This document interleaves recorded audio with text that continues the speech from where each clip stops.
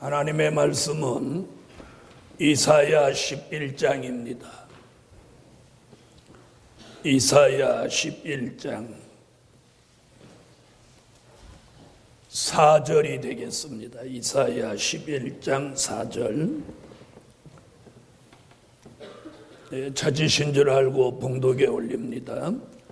공의로 빈핍한 자를 심판하며 정직으로 세상에 겸손한 자를 판단할 것이며 그 입에 막대기로 세상을 치며 입술의 기운으로 악인을 죽일 것이며 공의로 그 허리띠를 삼으며 성실로 몸의 띠를 삼으리라.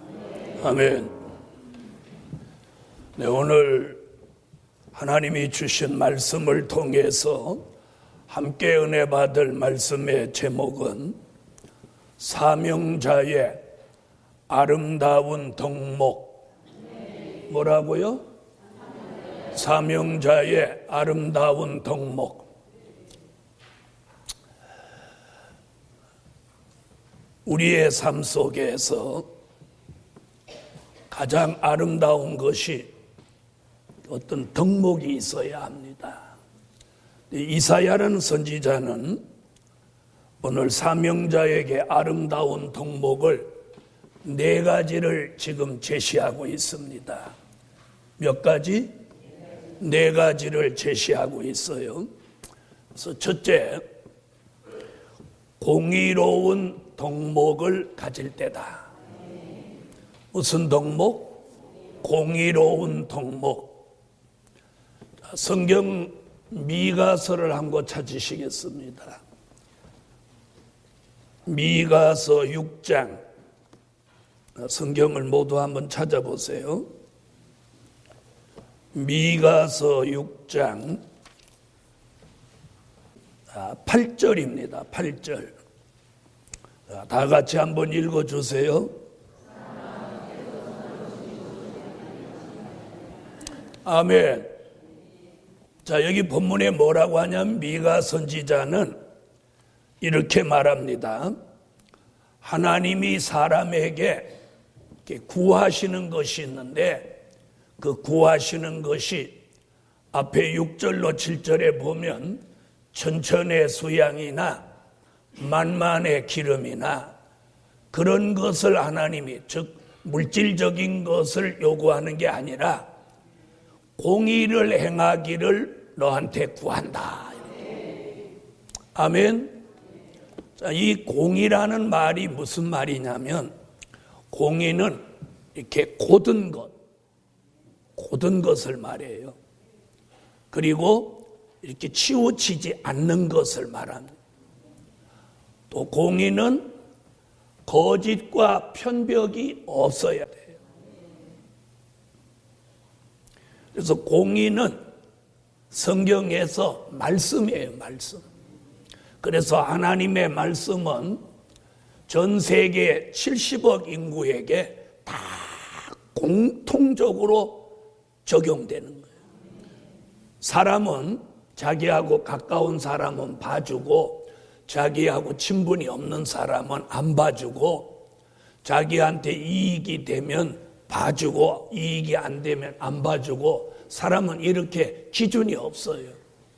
그런데 공의로운 하나님의 말씀은 누구를 봐주고 안 봐주고 이런 게 없어요.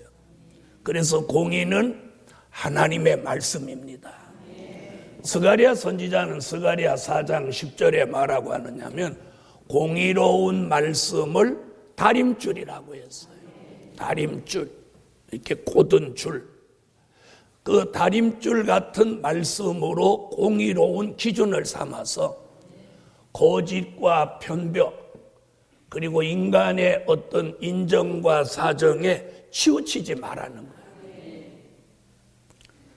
자, 그래서 사람이 말씀대로 막 공의대로 이렇게 하면 너무 율법주의자 같이 보일지 모르지만 성경은 지금 사명자에게 가장 아름다운 덕목이 그 첫째가 공의예요. 그 이유가 뭐냐면 그 이유가 있어요. 왜 그걸 요구하냐? 다 같이 하박국 1장 2절로 3절을 한번 찾아보세요. 하박국 1장 2절로 4절 찾으셨으면 다 같이 한번 소리내서 읽어보겠습니다.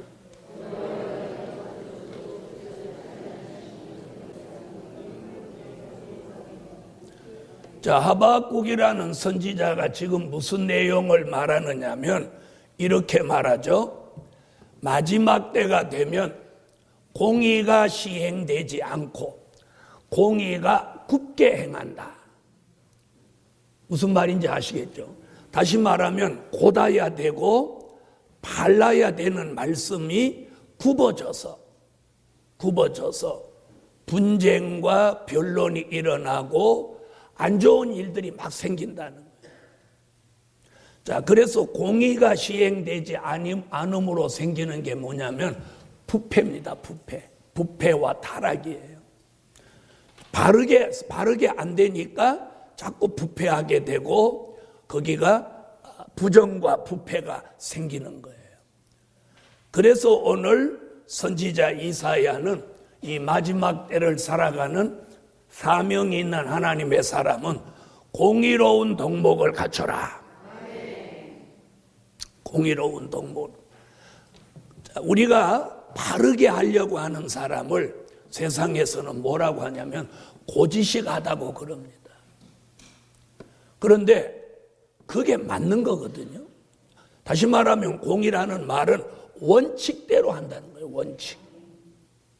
그런데 우리 시대는 원칙이 무시해지고 변칙이 판을 친단 말이에요.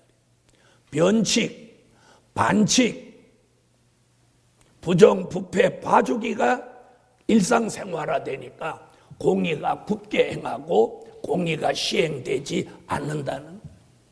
그렇게 하면 더 좋은 사회, 더 좋은 교회가 될 것 같지만 더 나빠지게 돼 있어요.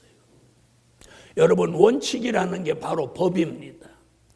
만약에 교통법규가 없이 운전을 한다고 하면 우리는 사고 가운데 많은 사람이 죽거나 중상을 겪을 것입니다. 교통사고가 발생하는 이유가 가만히 보면 교통법규를 안 지킴으로 사고가 유발되거든요. 그래서 오늘 하나님의 말씀이 공의로운 덕목을 가져라. 교회 안에서도 어떤 원칙을 교회가 정해놨으면 그걸 담임 목사부터 그 원칙을 적용하고 원칙을 지켜내야 돼요. 또 여러분도 그 교회가 만들어 놓은 그 말씀의 법대로 우리가 살아야 돼요. 자, 그런데 우리 시대가 그 공의가 무시되고 공의대로 하지 않으므로 부패하고 타락해서 교회까지 전부 무너지게 돼 있다. 오늘 하나님이 2016년에 우리 예루살렘 교회에 저와 여러분에게 요구하시는 게 뭐냐? 공의롭게 하라는 거예요. 공의롭게. 스바냐 2장 1절로 3절 중에 3절에도 보면 너희가 마지막을 살 때 공의를 구해라. 그래. 공의를 구해라. 아멘. 공의를 구해라. 아모스 5장 15절에도 보면 너희가 성문에서 공의를 세워라. 공의를 세워라. 그래서 예루살렘 교회예요. 저와 여러분의 삶 속에 오늘 공의로운 덕목을 세우세요. 다른 사람 보기에 고지식하게 보이고 딱딱하게 보이고 융통성이 없는 사람같이 보일지는 모르지만 원칙을 앞세우고 공의를 행하고 인정과 사정에 치우침이 없는 원칙대로의 삶은 조금 답답할지는 모르지만 하나님이 기뻐하시는 삶이에요. 아멘. 그러므로 예루살렘 교회가 공의로운 덕목을 가지고 부패를 물리치고 분쟁을 물리치고 공의를 세우고 공의로 원칙을 삼고 치우침이 없이 나갈 때 이 교회가 더 잘 되는 교회가 돼요. 그리고 우리 모두가 서로 평안해지는 거예요. 두 번째, 정직한 덕목을 가질 때다. 자, 11장 4절에 보면 공의로 빈핍한 자를 심판하며 정직으로, 이럽니다. 정직으로. 오늘 정직한 덕목을 가져야 합니다. 자, 정직 이야기는 어디 나오냐면 이사야 26장을 한번 찾아보세요. 성경 다 같이 이사야 26장. 이사야 26장 7절입니다. 7절. 자, 찾으셨으면 다 같이 소리내서 읽으세요.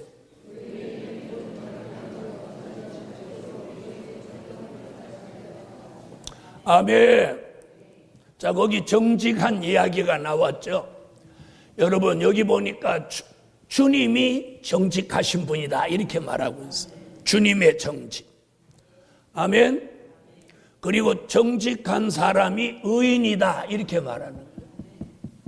그리고 뭐라고 하느냐면 의인의 정직함이요. 의인의 정직함이요. 주께서 의인의 첩경을 평탄케 하시도다. 다시 말하면 정직하게 사는 사람, 정직하게 사는 사람, 그 사람의 삶을 평탄하게 해주신다. 그럼 반대로 뒤집어 말하면 정직하게 안 살면 삶이 평탄하지 않다 이런 말도 되죠. 예루살렘 교회여, 주님이 우리 교회에 오늘 원하시는 것은 대단한 사람이 되는 게 아닙니다. 유명한 사람이 되라는 게 아닙니다. 대통령이 되라, 국회의원이 되라 이런 얘기가 아니고 정직한 덕목을 가진 사람이 되라는 거예요. 아멘. 그래서 정직하게 말하고 정직하게 마음 먹고 정직하게 생각하고 정직하게 행동하고 정직하게 생활하는데 이 정직은 도덕적인 정직을 말하는 거 아니에요. 내가 거짓을 말하지 않고 진실하게 살고 위선되지 않고 이중적이지 않고 이런 도덕적인 정직도 중요하지만 오늘 여기서 말하는 정직은 영적인 정직이에요. 예수를 닮은 정직. 그 정직이 뭐냐면 이런 정직이에요. 하나님의 말씀을 가감하지 않는 정직. 하나님의 말씀을 가감하지 않아요.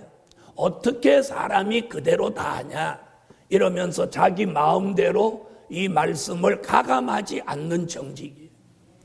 아멘 하세요. 또 하나님의 말씀을 그대로 믿는 정직이에요. 어떤 말씀은 안 믿고 어떤 말씀은 믿고 이런 정직이 아니라 하나님의 말씀을 그대로 믿는 정직. 오늘 저와 여러분에게 주님이 요구하는 정직은 이런 정직이에요. 하나님의 말씀을 가감하지 않는 정직, 말씀 그대로 믿는 정직, 또 하나님의 말씀을 가감하지 않고 그대로 전하는 정직, 또 하나님의 말씀을 가감하지 않고 그 말씀대로 내가 사는 정직이에요. 그런 사람에게는 위선이나 거짓이 존재할 수가 없죠. 왜요? 하나님의 말씀으로 이루어진 정직이기 때문에. 이게 뭐냐? 예수 그리스도를 닮은 정직입니다. 그런 정직한 사람, 공의로운 사람이 되려면 우리가 어떻게 돼야 되느냐면 그 말씀이 우리 속에 들어와서 그 말씀이 우리를 지배해야 돼요. 말씀이 나를 지배하는, 마음을 지배하고 생각을 지배하고 내 생활을 지배하고 내 영과 혼과 몸을 말씀이 지배할 때 저절로 공의로운 사람, 정직한 사람의 덕목을 가지게 되는 거예요.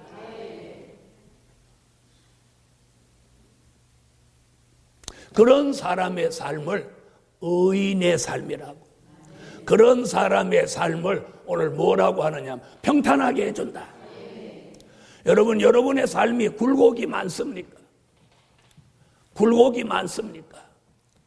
이걸 평탄하게 해준다는 거예요. 오늘 이 말씀대로만 살면 우리의 삶에 굴곡이 없어지고 평탄해져요. 이게 오늘 주님이 지금 우리에게 평탄함을 주시려고 주시는 말씀이에요. 우리 교회가 굴곡이 없이 평탄해지고 저와 여러분의 삶이 굴곡이 없이 평탄해지시는 그런 역사가 오늘 말씀 속에 나온 거예요. 좀 이렇게 굴곡이 있으면 스릴은 있는지 모르지만 고생이 심하죠. 평탄하면 지루할지는 모르지만 평탄한 게 나쁘지는 않습니다. 그런데 오늘 의인의 정직한 삶 속에 평탄함을 주신다고 오늘 이사야는 우리에게 말씀하고 있어요. 그러므로 오늘 의인의 정직한 덕목을 가지고 살 수 있기를 예수 이름으로 축원합니다. 그럼 우리의 삶 속에서 위선이나 거짓이나 이중적이고 괴일적인 삶을 다 벗어버리고 공의롭고 정직한 아름다운 덕목을 가지고 본이 되고 향긴하게 사는 삶을 살게 될 것입니다. 자, 세 번째는 겸손한 덕목을 가질 때다. 겸손한 덕목을 가질 때. 예루살렘 교회 여러분, 겸손한 덕목을 가집시다.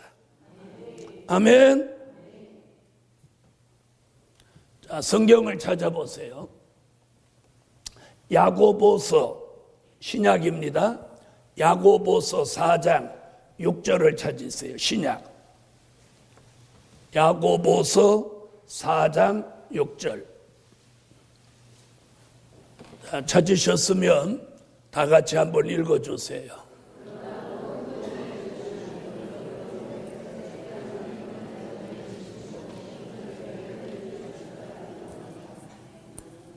아멘. 지금 뭐라고 하죠? 더욱 큰 은혜를 주시나니 교만한 자는 물리치고 겸손한 자에게 은혜를 주시느니라.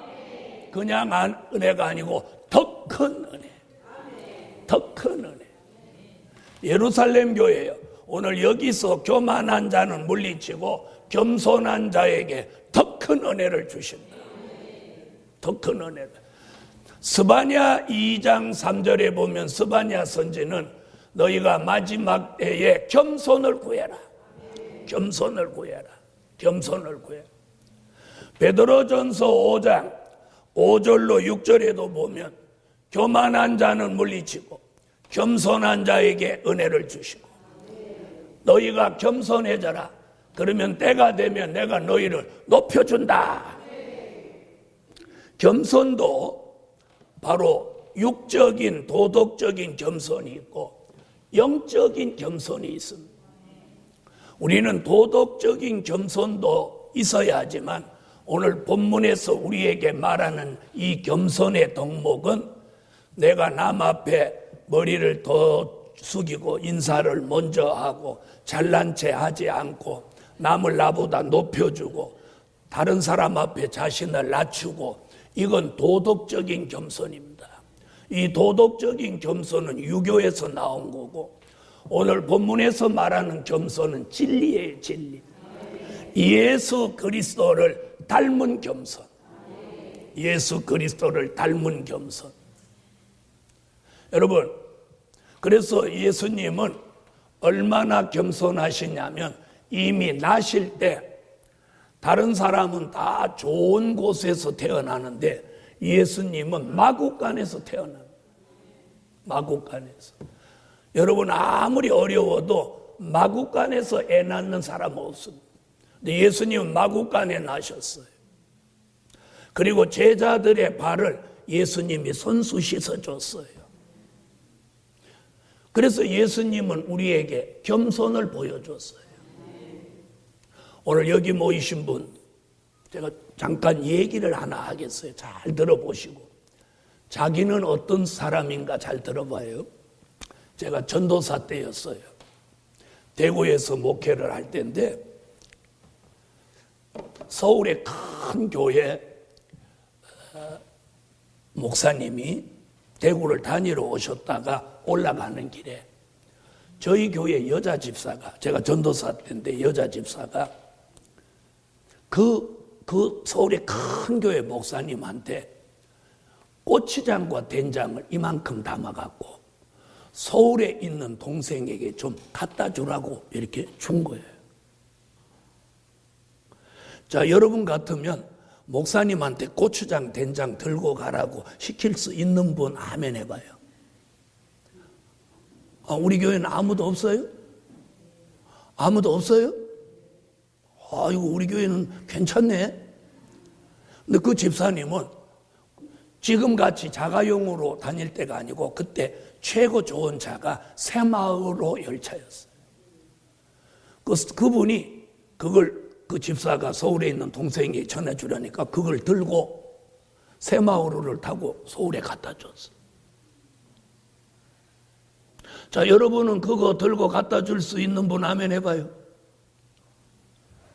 목사님들, 여기 계신 목사님 그거 들리면 갖다 줄 수 있어요? 아멘? 제가 조금 시간이 지난 후에 그런 일을 내가 알고 그 집사님 불러서 막 야단을 쳤어요. 그리고 그 목사님을 뵙게 돼서 정중히 사과를 했어요. 그랬더니 그 목사님이 그냥 아무 말씀도 안 하시고 빙긋이 웃고 말아요. 그때 전도사인 제가 뭘 깨달았느냐면 큰 교회 목사가 저절로 되는 게 아니구나. 큰 교회 목사님이 저절로. 나는 전도사라도 우리 교회 집사가 나보고 그 고추장 된장 서울까지 동생한테 갖다 달라고 하면 나는 못했을 거다. 나는 못했을 거다. 그런데 저분은 아무 얘기도 안 하고 갖다 줄 뿐만 아니라 제가 사과를 하니까 다른 목사님 같으면 그러게 말이야 그 집사 못 쓰겠지 그럴 건데 빙긋이 웃기만 했어요.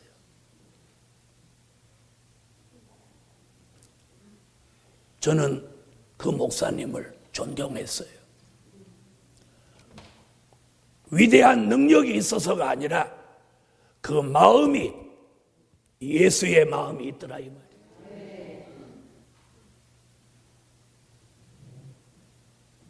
오늘 저는 이 얘기를 우리 교회에 꼭 해주고 싶었어요. 여러분, 그 뒷얘기를 좀 더 들으면 잘 들어보세요. 그 집사를 제가 야단쳤더니 그 집사는 그게 처음에는 그게 뭐 대수롭냐 이렇게 말하는 거예요. 목사님한테 제가 좀 부탁한 게 그게 뭐가 문제냐 이러는 거예요. 에? 그래서 제가 하나님의 종이지 당신의 종이냐 그건 해서는 안 되는 거다. 그랬더니 내가 얘기를 자세히 했더니 그분이 이제 내가 잘못했구나. 그런데 그로부터 1년인지 2년이 지난 후에 그 집사에게 큰 돈이 생겼어요. 그때 된장, 고추장 들려보낸 게 너무 죄송하고 안타까워서 현대자동차에서 나오는 그 당시 제일 좋은 V6 그라나다라는 차를 그 여자 집사가 한 대를 딱 사서 저를 통해서 지정을 했어요. 다 같이 된장, 고추장 들고 가면 따라해. 된장, 고추장 들고 가면 자가용 생긴다.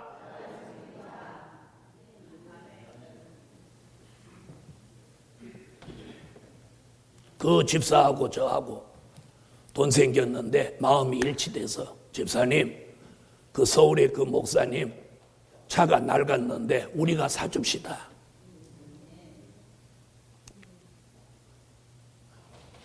된장, 고추장 목사가 들어다 주니까 차 생기는 거예요. 차 생기는 거예요. 이게 하나님의 공이에요. 이게 하나님의 공이에요. 목사라고 네가 이걸 나한테 왜 시켜? 그 목사님이 덜 된 목사님이었으면 그 집사를 고추장 단체 앞에서 야단을 쳤을 거예요. 그런데 그 목사님 껄껄 웃으면서 서울의 큰 교회 목사님이 이걸 들고 새마을호에 탔다는 거 한번 생각해봐. 얼마나 웃기나. 그 다음에 고추장 된장이 새마을호 그 뜨뜻한 데 들어가면 냄새가 얼마나 났겠어. 사람들이 눈총을 줬겠어 안 줬겠어. 그 유명한 분이 서울역에서 내려서 그걸 들고 택시 타는 데까지 갔을 때 어떻겠어. 물론 교회 갔다 오니까 그 동생이 그 교회 나오니까 주일날 받아갔지. 그 동생이 주일날 사무실로 불러서 언니가 고추장 된장본에 내가 들고 왔다 그랬더니 그 여동생이 뒤집어진 거야. 대구로 전화해서 언니 미쳤나? 목사님이 언니 종이가 야야 나는 올라가시는 길에 그냥 차에 그냥 태워간 건데 뭘 그렇게 야단치냐. 그 동생이 저한테 전화해갖고 전도사님 우리 언니 막 좀 야단치세요. 그래서 사건을 알게 돼. 그 집사가 나중에 죄송하고 저도 얼마나 죄송했네. 우리 교회 집사가 그랬어요. 그런데 그 사건이 계기가 돼서 3년도 안 넘겼는데 하나님이 뭘로 보답해? 대한민국에서 제일 자동차로 보답하게 하는. 차 없는 분은 된장 고추장 데려다줘. 저 마음에 안 하는 거 봐. 된장 고추장 데려다 주면 자동차 생긴단 말이야.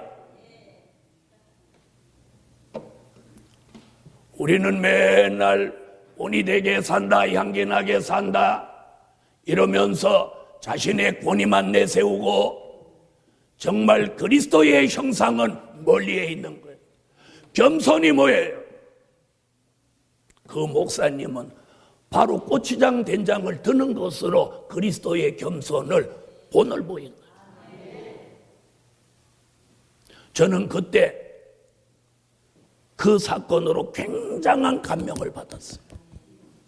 아, 하나님의 사람이 진정 하나님의 사람의 모습은 이런 거구나. 저는 그때부터 내가 가르치는 사람도 그런 사람이 되라고 하고 저도 그런 사람으로 지금까지 살아왔어요. 그런 사람으로 살아왔어요. 그래서 오늘의 성산을 이룰 때도 저는 말로 하지 않았어요. 함께 삽질하고 함께 일하고 함께 어우러져서 오늘의 성산을 이루어요. 여러분, 말로 하는 겸손이 아니에요. 내 삶 속에서 보여주는 그리스도의 겸손이에요. 그리스도의. 그리고 더더욱 중요한 것은 그분에게 제가 그런 얘기를 했을 때 그 집사 참 버릇없더라 이렇게 하지 않고 그냥 빙긋이 웃기만 했어요. 여러분, 큰 교회 목사 주의 일을 크게 하는 사람 저절로 하는 거 아니에요. 저절로 하는 거 아니에요. 그 삶 속에서 남다른 겸손이 있더라 이 말이에요. 하나님의 역사가 있는 거 저절로 있는 거 아니에요. 저절로 있는 거예요. 저는 오늘 우리 교회 성도들이 겸손한 덕목을 가져. 겸손한 덕목. 여러분, 그 된장 고추장을 하나님의 종이 들고 새마을로 타고 가는 걸 주님이 다 보실까요? 안 보실까요? 보셔요? 안 보셔요? 보시죠?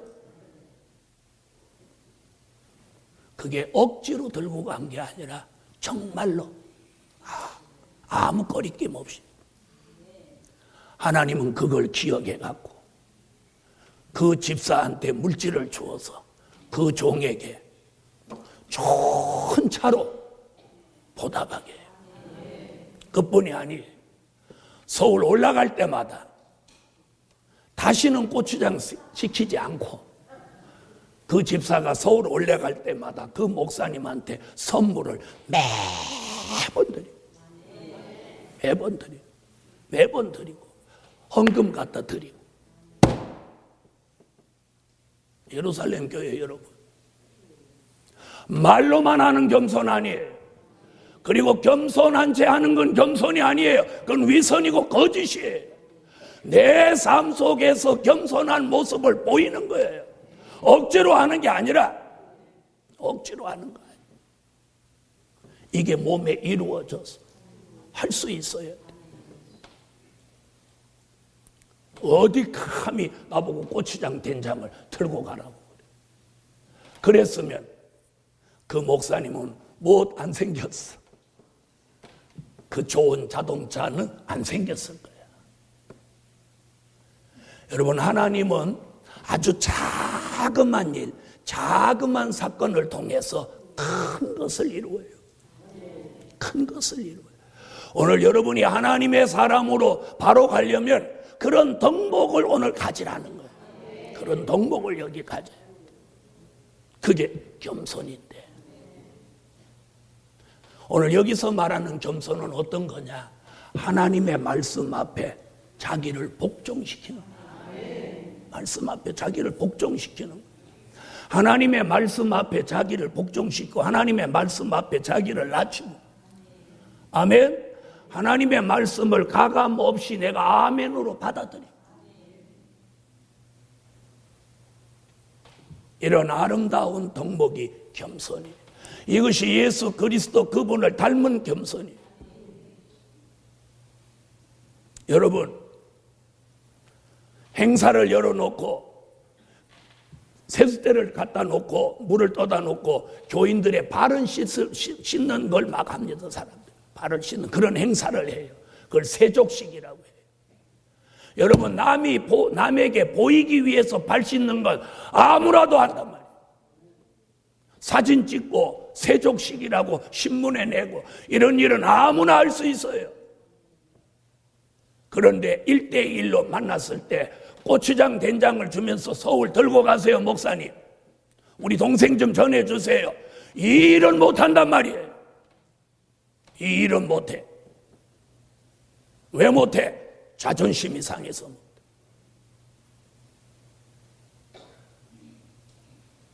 오늘 우리 예루살렘 교회에 겸손한 덕목을 이룹시다. 그러면 그 사람에게 하나님의 은총이 내리는 거예요. 여러분, 하나님이 다 우리 삶을 지켜보는 거예요. 그래서 뭐라고 해요? 성경에 심은 대로 거두는 거예요. 심은 대로. 심은 대로 거두는 거예요. 심은 대로. 심은 대로. 그 목사님은 고추장 된장을 아무 나쁜 생각 없이 그냥 들어다 주니까 부끄럽고 고맙고 나중에 정신이 돌아오니까 죄송해서 어떻게 그 목사님한테 감사해야 될까 생각하다가 어느 날 돈이 생기니까 좋은 자동차를 새 차를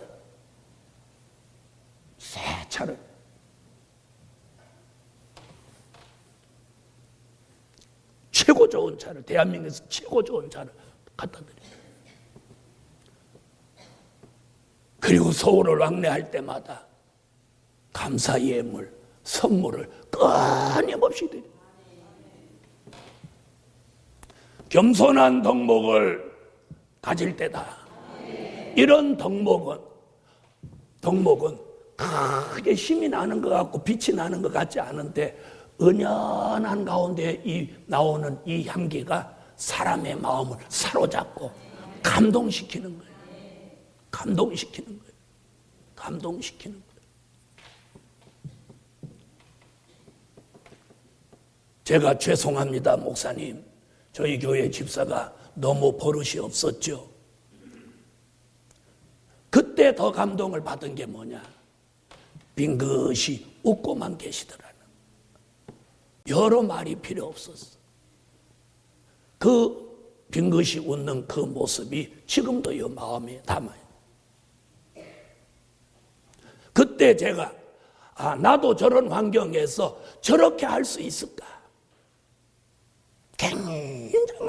굉장한 감동을 받았어요. 그분에 대한 존경심이 아주 뚜렷해지더라고요. 참 하나님의 사람이구나. 된장 잘 들고 가면 참 하나님의 사람으로 인정된다. 여러분, 설교를 못 알아듣는 사람은 그 들고 갔다 이것만 생각하는 게 아니라 그분의 마음이에요. 그분의 마음. 그분의 마음. 저 옆에 분한테 한번 물어봐. 된장 들어다 줄 수 있냐고. 된장 들어다 줄 수 있어요? 있어. 아마 목사님이 들어다 주려고 해도 사모님이 뭘 들고 가? 또 사모님이 들어다 주려고 해도 어디 들고 와?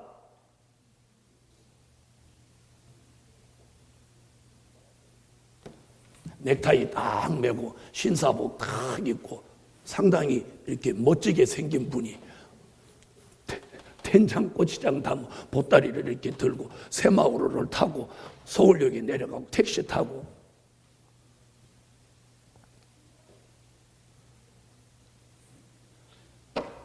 빈 것이 없는 그 모습에서 하나도 불편했던 모습을 나는 찾아보지 못했어요.